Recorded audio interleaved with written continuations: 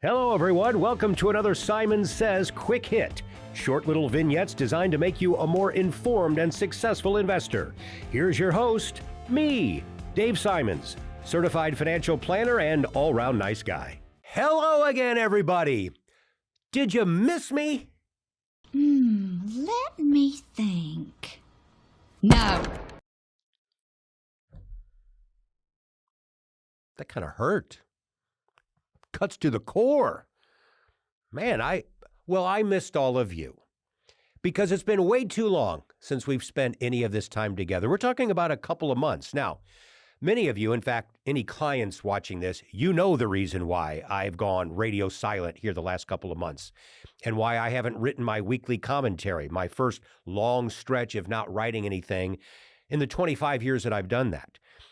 For others who are watching this, you're probably wondering, yeah, we thought you just like retired and went off into the sunset. No, that's not what's happening. So let's take a step back. This episode, first one that I've done in a couple of months, will not be anything to do with financial related stuff. I'm returning to that down the road. This one is kind of a special one-off to explain what I've been doing here the last month or two. So for the first time in my 30 plus years in this business, in the financial service industry, I now have ownership of everything that I've created, along with a lot of my partners and my fellow team members, and I'll get to them shortly. But we have gone independent. Now, let me take a step back here, though, for a second and explain something to you, how this works in my industry. And what does that mean, going independent?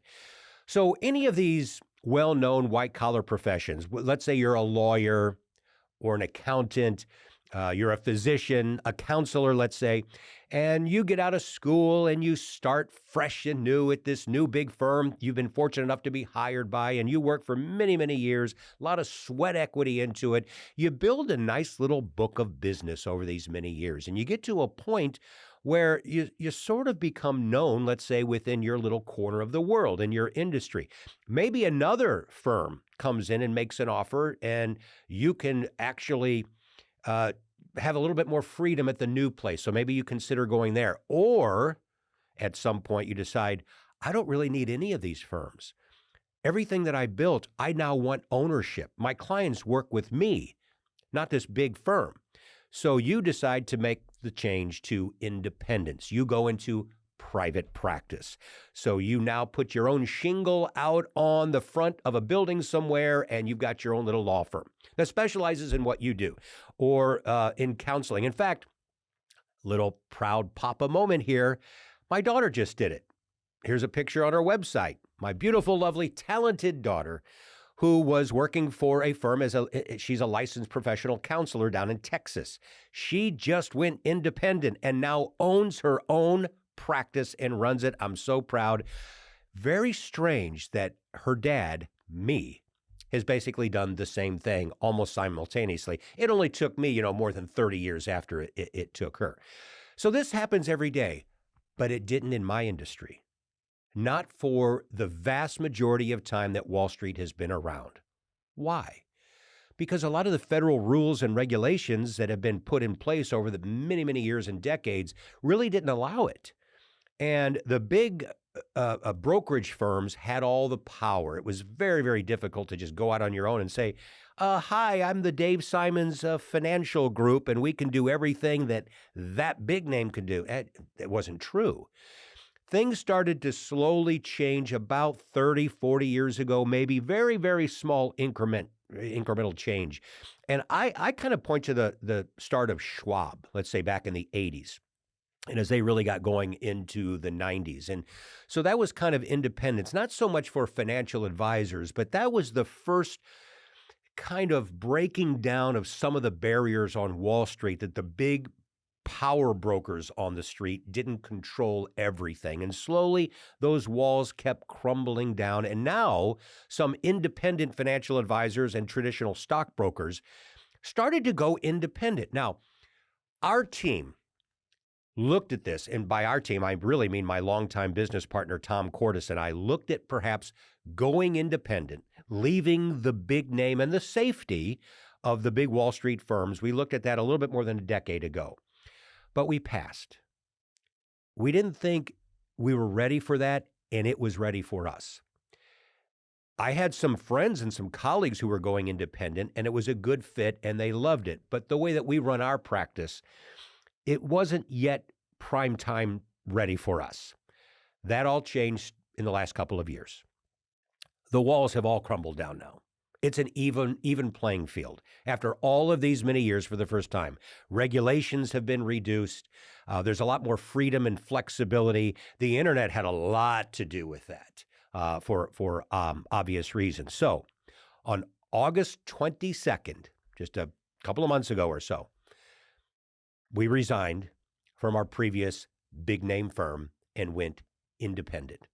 So here it is. Here's the name. You see our logo, One Private Wealth, or One Private Wealth Management and Partners. I'm going to circle back to that little font underneath there where you see and partners, because that's a key component to this. Now, we did have to come up with a name. If we're going independent, we have, again, the freedom to come up with something really clever. And I'm sort of the guy on the team that has that ability. I'm more of that right brain thinker. I'm the one who's had a radio show since 1996 and writes a commentary, and I have the journalistic background, and I do podcasts and all this. So I took it on. I took the responsibility to say, I'm the one who has to come up with a name.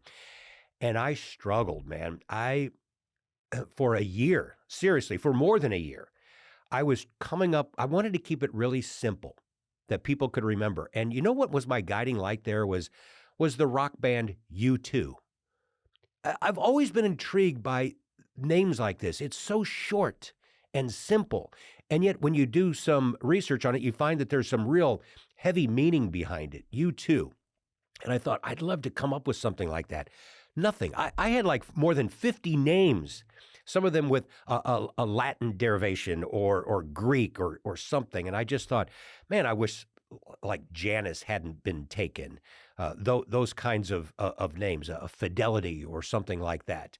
I didn't want to name it after us. This was not going to be the Simons and Cordes team. I wanted it to have a little bit more oomph behind it.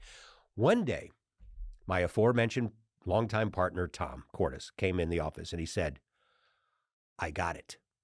I've got the name. And I thought, no, you don't. That's not your skill. Stay in your lane. I'll keep working. I'll come up with something and get back to you. And he said, no, listen. One. Spelled out O-N-E. One Private Wealth. And as I just thought about that for a second, okay, it's got the simplicity, but before I went any further, he goes, let me explain. It's got a double meaning to it, and I think you're going to like it. We've always said that we are one with our clients. That's true. We are on the same path, each individual client and that family. They are ultimately the CEO of their money, but they hire us to be the CFO, the COO, that kind of guiding light. We are in this together. We know what makes you tick.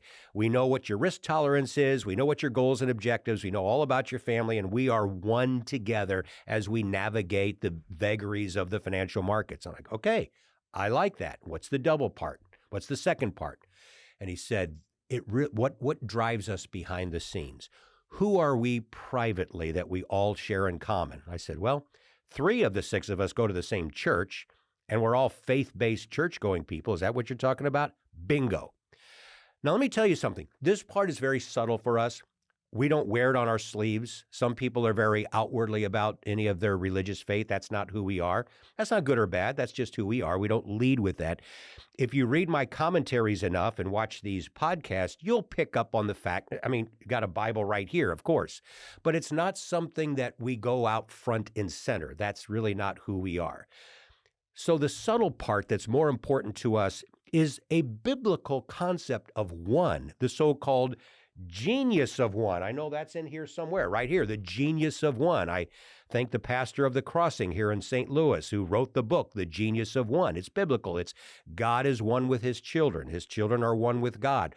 For Christians, it's the triune God, right? It's the Father, the Son, and the Holy Spirit. All of that. So I think a lot of you get that. That's important to us behind the scenes. So as Tom explained, We have the secular side that's most important to clients, and that's what we lead with, and that's what we show, and that we are one with our clients. But what drives us privately behind the scenes is we are one with our faith. That checks all the boxes, and darn it, I didn't come up with it. So cut down the hubris and the ego. Thank you, Tom. You did it. Now, my one part in this, on the logo anyway, if we go back to it here, it shows you that lighthouse.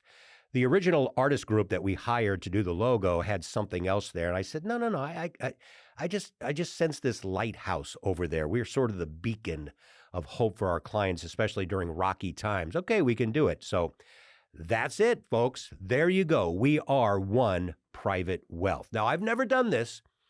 In all the years in my business, even writing commentary, I've never just taken time off to say, hey, you know what? We should explain to everybody who we are, what we do, who are the team members, especially to non-clients. So that's what this is. It's a perfect excuse now that we've gone independent, a lifelong dream of mine, and here we are. By the way, if you want to learn a little bit more about One Private Wealth, I'm not going to go into a lot of detail here, except just briefly highlight the people on the team. But right here, you can see it's very easy to remember. It's spelled out for you. ONE, there's your one, and the acronym of Private Wealth Management, PWM.com.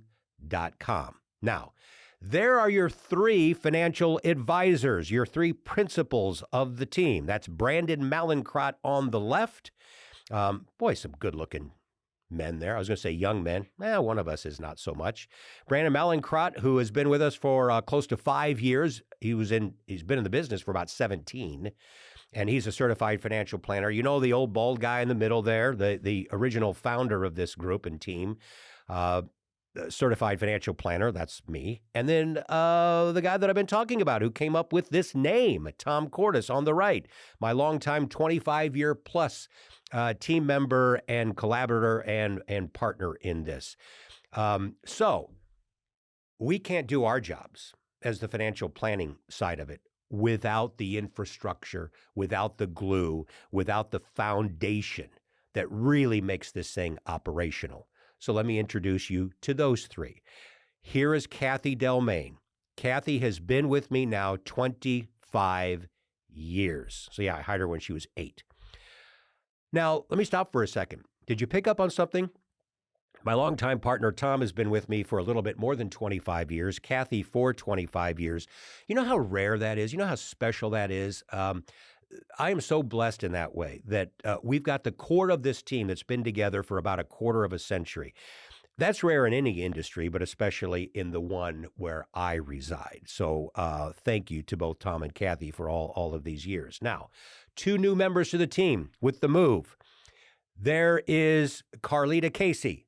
Now, Carlita, I told her I was going to mention her name and talk about how long she's been in the business. And we agreed, let's not give her all the years, but she allowed me to say this. She's been in the business a little bit longer than me. In fact, I've known her for 10 years. I worked in the same office with her for 10 years. So we're so fortunate to have her agree to join our team and all the experience that she brings. And then Karen Antrobus. Karen, it's interesting. Karen has worked for 15 years on the side of both Schwab and Fidelity, so a different part of the financial services industry. Let me tell you something, how important that is as we've gone independent. She worked for basically these independent type companies. She has been invaluable for us. And that name Fidelity is going to come back around in just a second. All right, so enough of kind of the makeup of the team. Now let me explain what this really means. Independent. Okay. So you just have a little office somewhere and you're able to do the same things that you've always been able to do at any of these big Wall Street firms? And the answer is yes, and even more. Now, I am not denigrating all of the big name firms where I've spent 30 plus years at. Not at all. Every company has its place. I still have a lot of friends and colleagues who work for these firms and they will retire and they are happy to do so. But I have the more entrepreneurial spirit, always have. And I always had this inkling to someday actually take ownership of what I have built along with those other team members. Because legally, the firm has always really owned the relationship. The day that I would say I'm done, you kind of give your keys over to the firm and the rest of your team, and you go off into the sunset, and you really don't have any big equity stake in everything that you worked for. You don't own that relationship. Now we do. And that was always very, very important to me. So let me explain how this works. If you go fully independent, you're up here. For those of you who are small business owners, you will know exactly what I'm talking about. All that extra administrative stuff that you have to do that can really bog you down. A lot of paperwork has really nothing to do with servicing your clients, but you've got to do it. You have your own federal rules and regulations that you have to abide by. So that takes part of your time. You have to go out and shop health care, perhaps, for your employees, 401k plans. If you are audited, you have to be a part of that process. You have to make sure the lights are turned on. You have to pay your bills, all of that stuff. Nobody on our team wanted to do that. We would have had to hire somebody else just to administer all of those other things. I wanted to do what we are paid to do, and that's all the financial management issues. So right beneath 100% independence is something called the hybrid model. Most advisors who leave the big brokerage houses and go up here, most of them are the hybrid model, where you hire a company to do all your back office stuff, everything that I just mentioned. So Tom and I interviewed 14 different companies that do that for financial service independent teams. 14 over about a 12-month period. We even flew to other states to interview companies based at various parts around the world, or around the country. And we were very, very impressed. Another reason why we knew we were onto something and it was our time, because man, did the landscape look different this time than when we first looked about 10 to 12 years ago. Well, we settled on a company cleverly named And Partners with the ampersand symbol. So let me go back to the logo. You've already seen it. I don't know if you picked up on it. There's our name, One Private Wealth, but see in the smaller font there on the lower right side, it says And Partners. A lot of people, I think most people, when you look at that logo, you'll say, oh, that's kind of clever. It's One Private Wealth and Partners. So it's the partners, everyone on the team. That's actually not the case. Legally, if you're a hybrid model, you've got to have the name somewhere in your team name of the company that you've hired to do all of that other back office infrastructure type stuff. That also provides legal backing for you, that gives your clients legal protection, that when you have to be audited, which you have to be on a regular basis by the feds, and they come in and look at your books, they help facilitate all that. That kind of company has to show up in your team name, and they name themselves And Partners. So it sort of flows, right? You've got the two entities, One Private Wealth and Partners. I love it. By the way, if you want to find out more about that And Partners, I think you'll be very, very impressed. I'm not doing it justice of really what this company is and what it does, but they only work with high-end independent financial teams around the country. They just happen to be based in St. Louis, and the people who formed it and are running it are well known in the industry behind the scenes. Some of them very high profile former Wall Street names now running this. We didn't hire them because they're in St. Louis, but it's certainly a feather in the cap for us. Even though we're based in St. Louis, we have clients spread around the country, but it's nice to know our partners literally are based right down the highway from us. Now, finally, there's a third component to all this.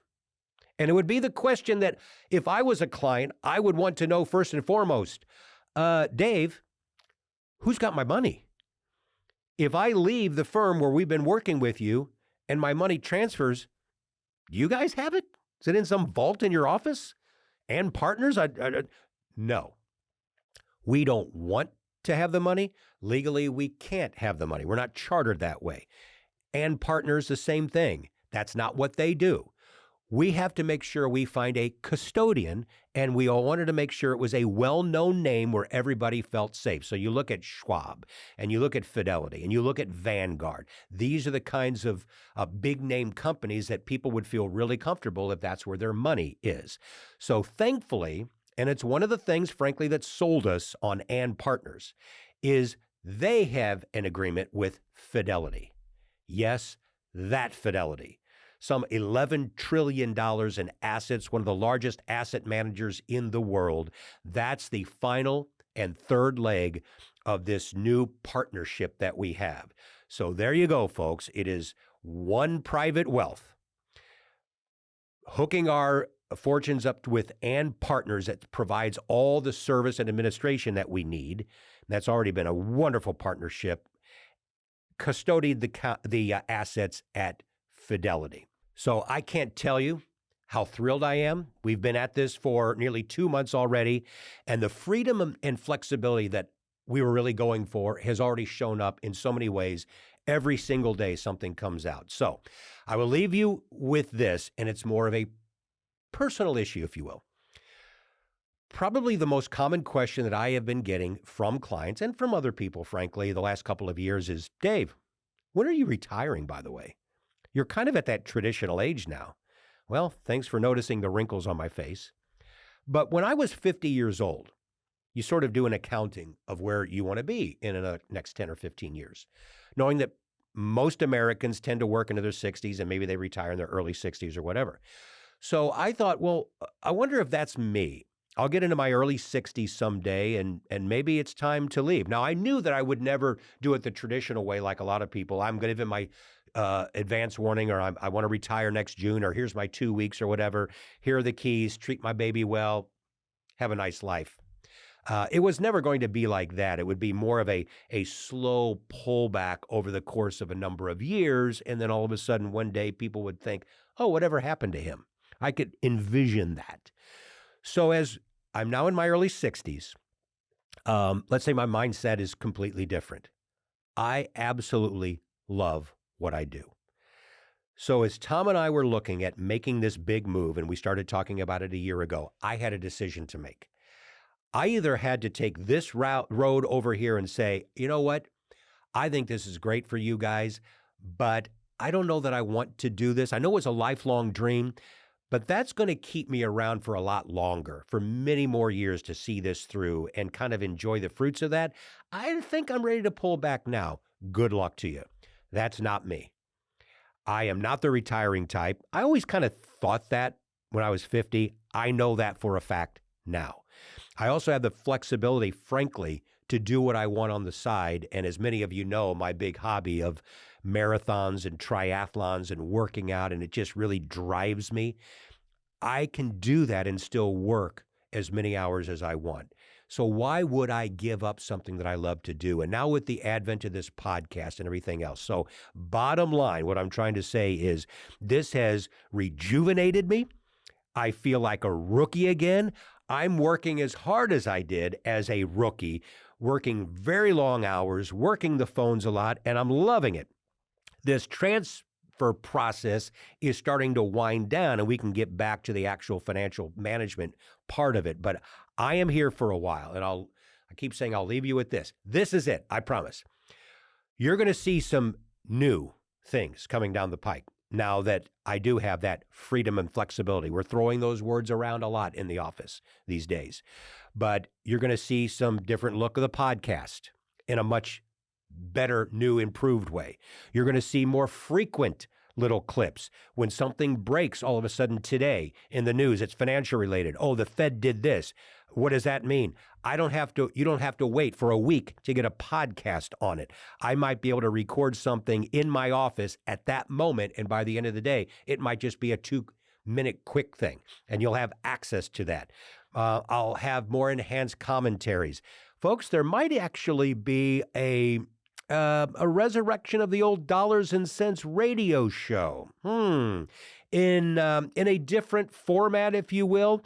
All of that's months away. We're still working through it. But let me just say, whether you like it or not, you are going to see, hear, and read more from me because of this new change, and I'm really, really looking forward to it. So, my friends, thank you for indulging me.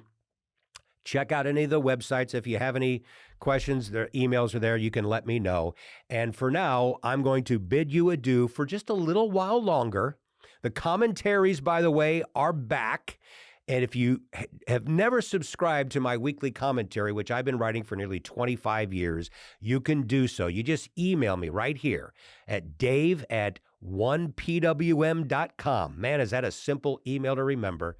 You don't have to write anything in the body of the email. You literally just in the subject line, add me to your commentary list or sign me up or whatever. We'll know exactly what it is. We'll put you on there. You're added to a blind carbon copy. I don't know who you are. No one's trying to sell you anything. You do with the information of what you will. All right, folks, thank you very much. We'll be in touch. Until then, have a great rest of your week and month. We'll talk to you soon. Thank you so much for listening, and please forward the link to this podcast to friends, family, neighbors, even strangers. They'll thank you later. I'll talk to you again next week with another Simon Says Quick Hit.